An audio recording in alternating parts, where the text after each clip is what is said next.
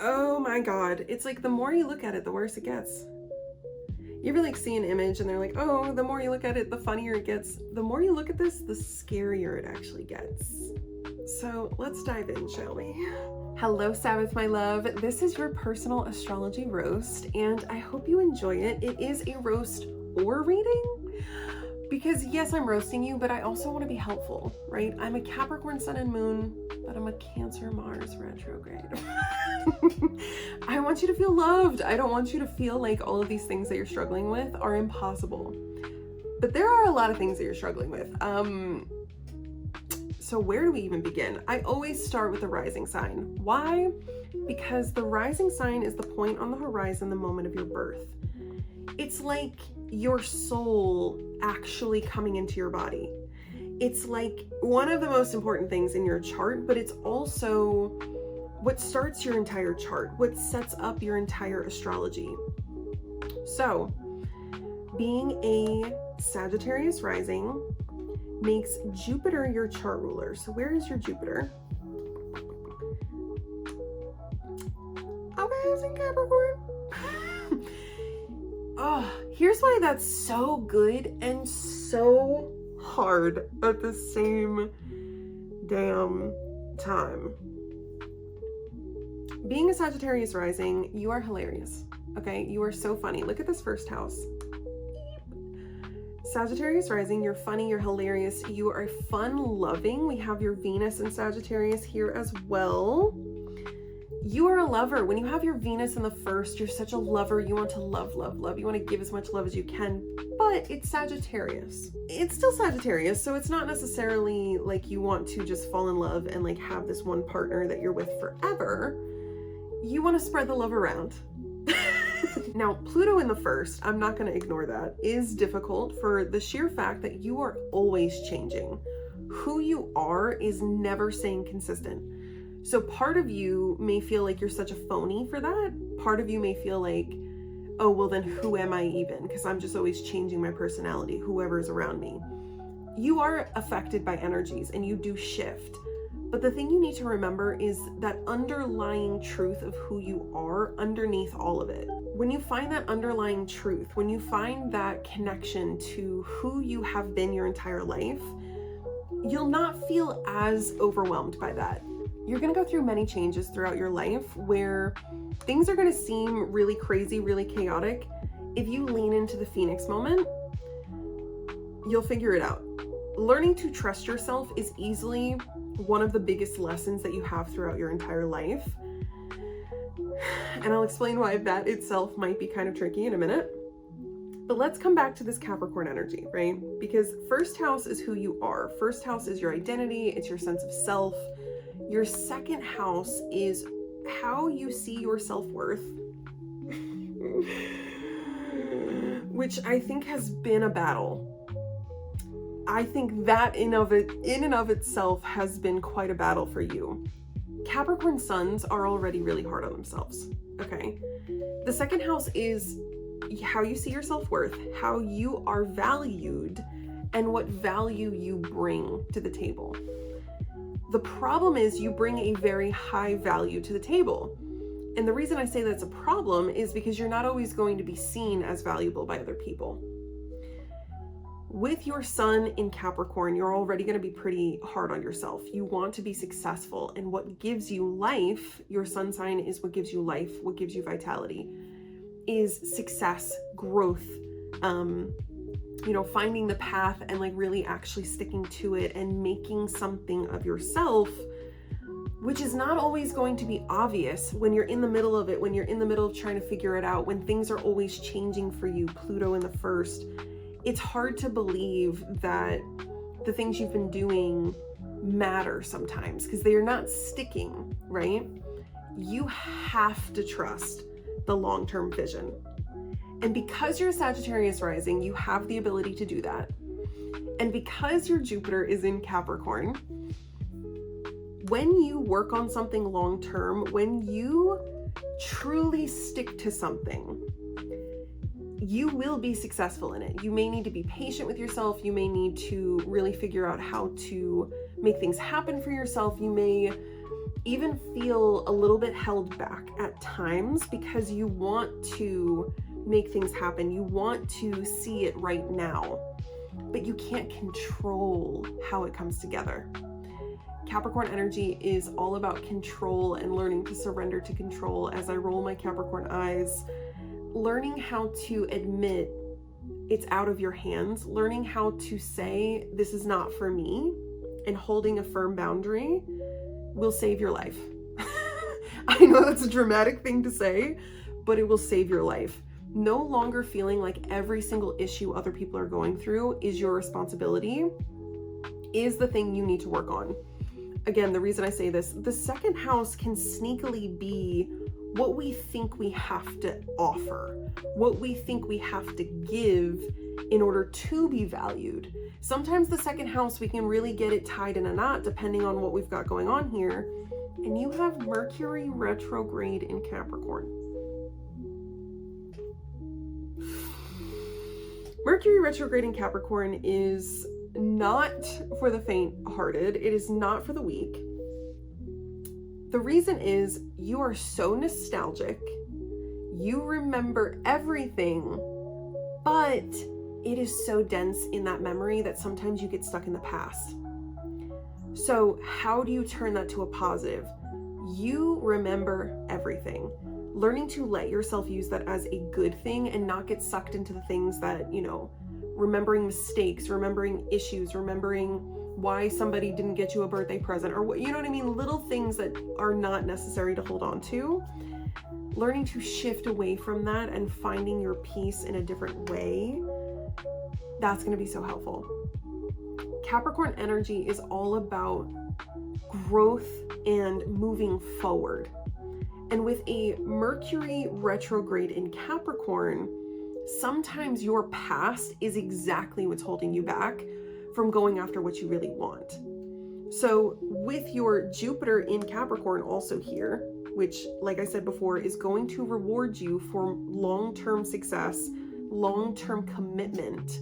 You see this long-term vision of nostalgia and connection, and you see the ability to take a memory that could have been painful and alchemize it into bringing joy for others. That is where your magic is. When you can see, Capricorn is an alchemist as it is, right? Capricorn knows how to take actual trash and make gold out of it.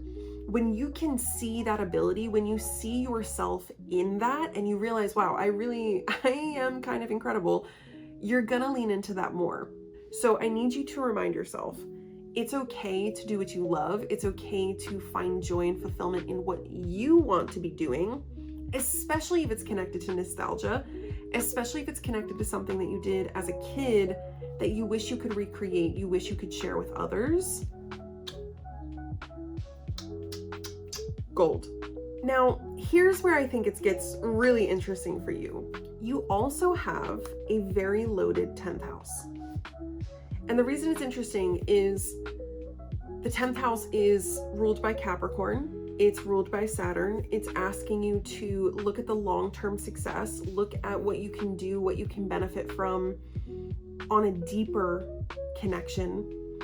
You have Virgo, Mars at 29 degrees. Now, I'm not going to get into degree theory here, and I'm not going to go into all of that intensity. The 29th degree is intense because it is the closing ceremony, okay? It is the ending of that cycle.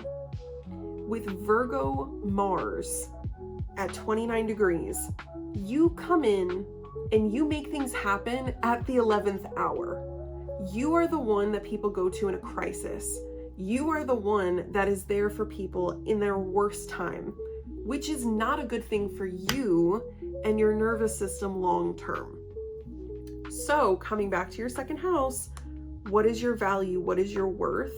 Sometimes you can't see it when things are calm and things are chill, but the moment things get chaotic and crazy and someone needs your help, all of a sudden you're there. You're a hero, you fixed it all, and then there may be times where there's just this lull. I think you are one of those people that can really struggle with the quiet. I think you're someone that could really struggle when things are just like, just let it be relaxed. Just breathe for a minute. I think you can really struggle with that. I think you're somebody that likes to be in the chaos, for better or worse. You know what I mean? Life is pretty chaotic, so for the most part, this is a good thing. Your mental health. This is a check-in. Please remind yourself that you cannot live in chaos your whole life. You can't. So with this Capricorn second house, I need you to come back to center. I need you to learn how to ground yourself for the sake of that second house, for the sake of your sanity. Because again, Mercury is your mind, the way you communicate, the way you express yourself. And with it retrograde, you're not always going to speak up. You're not always going to tell other people, hey, I need a second, I need a breath. So you have to figure out your pace and you have to stick to it. Hold that boundary, babe. Hold that boundary, babe. I'm rooting for you. This Libra moon with the North Node in Libra in the 10th house,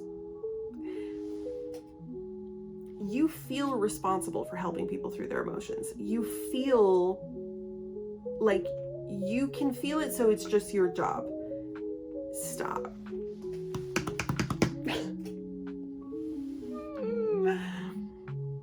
Here's the way I want you to use this instead, okay?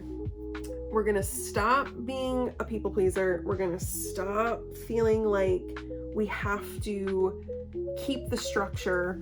You can see this in your chart literally because your South Node and your Saturn are in the same sign of Aries. Libra moons tend to be people pleasers, and Libra moons misunderstand that the way they're feeling and the way they can feel other people's feelings, that's not your responsibility. Some Libra moons use this to their benefit. Some Libra moons abuse this ability, but others really get sucked into the feeling of like, it's my purpose. Your North Node in Libra, you may accidentally think it's your purpose to help people feel their feelings and move through emotions and yada yada, right? What you need to realize is it's not your responsibility to make others feel better. However, you can create a very stable career out of helping others feel better, okay? So it's not your responsibility for any and every person that comes by you to all of a sudden dump all of their trauma on you and you have to just kind of sit with it. You need to be paid for that, okay? You need to be paid for that. So I see it very clearly in your chart. If you're not working towards being a therapist or a life coach or a healer of some sort, I would be very surprised. I see you being somebody who takes your past experiences, South Node in Aries, and the woundings you may have had around self, the fear of you not being good enough and always feeling like you have to give to others, North Node in Libra. It's really about a balance. North Node in Libra is about finding your balance, finding equilibrium between helping others and keeping yourself safe. Helping others because it feels good and it's like what you want to do, but the more you tip and then it gets too heavy, you can't, you know what I mean? You have to be able to find the mix of the two. Your entire life is about balance with your North Node in Libra, and then your moon in Libra, your emotions attached to that. South Node, like I was saying, in Aries, next to your Saturn in Aries, is telling me you can build a solid structure around knowing yourself, feeling good about yourself, and trusting yourself. Saturn in Aries is pretty difficult for quite a few reasons. There is sort of this, you have to do it all on your own. There's really like no ifs, ands, or buts about it. You have to do it all on your own, and you can. With this in the 4th house, let's just go ahead and shed a little tear for you. Saturn in the 4th is pretty tricky. And it could mean either feeling trapped by your family, like feeling like they put a lot of restrictions on you, or your family is the only place you feel safe.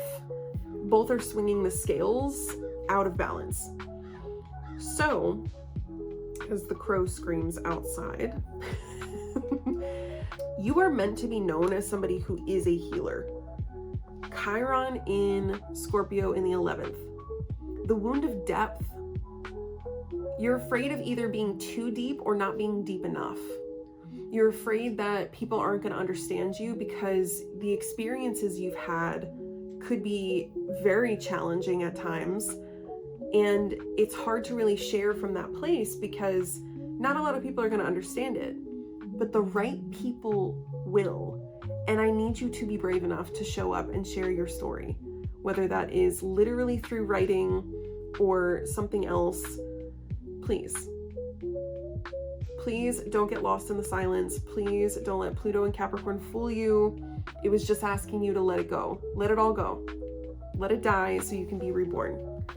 Because you, my love, are the Phoenix. I really hope you enjoyed this roaster reading. Thank you so much, Sabbath. I hope you have a lovely holiday season and a happy new year.